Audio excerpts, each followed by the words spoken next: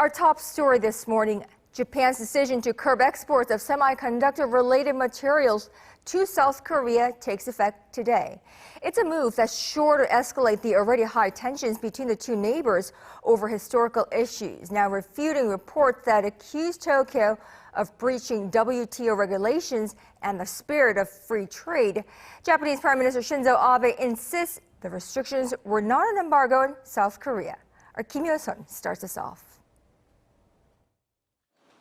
Japan's export restrictions on semiconductor and display materials to South Korea begin Thursday amid the continued diplomatic row over Tokyo's use of Koreans for forced labor during World War II. Tokyo's trade ministry abruptly announced this week that exports to Seoul of high-tech materials used in semiconductor and smartphone production will have to be approved on a contract-by-contract basis. It added South Korea will be removed from its list of countries such as the U.S. and European nations that have minimum restrictions on trade. Speaking at a political debate in Tokyo on Wednesday, Japanese Prime Minister Shinzo Abe stressed the move is not an embargo. If another country doesn't keep their promise, you can't have preferential treatment like before. And some media don't report this properly. But it's not an embargo. It just means you can't have preferential treatment, as you have so far. He added the restrictions should not be linked to historical issues between the two countries, insisting the move does not violate WTO rules. Fielding a question on Japan's new restrictions, Seoul's Foreign Minister Kang Kyung-hwa said Wednesday that her ministry has used various diplomatic channels to demand Tokyo scrap the ban. Calling it an unreasonable retaliatory measure, Kang said it will hurt bilateral economic ties and global trade, vowing to work with other countries who could also be affected. South Korea's stance is drawing support from places you might not expect.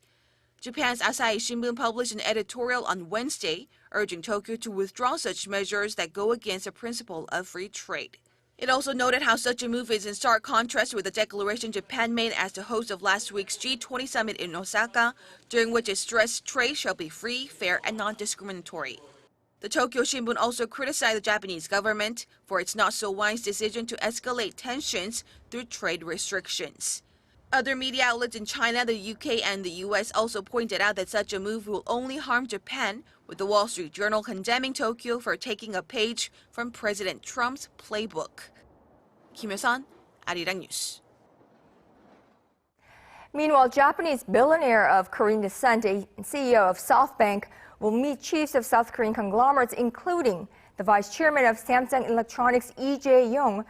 Now, Son Jung-il, known in Japan as Masayoshi Son, is also scheduled to visit the presidential Blue House for a meeting with President Moon. So it remains to be seen whether any possible solutions to Japan's export restrictions to South Korea will come from these meetings today.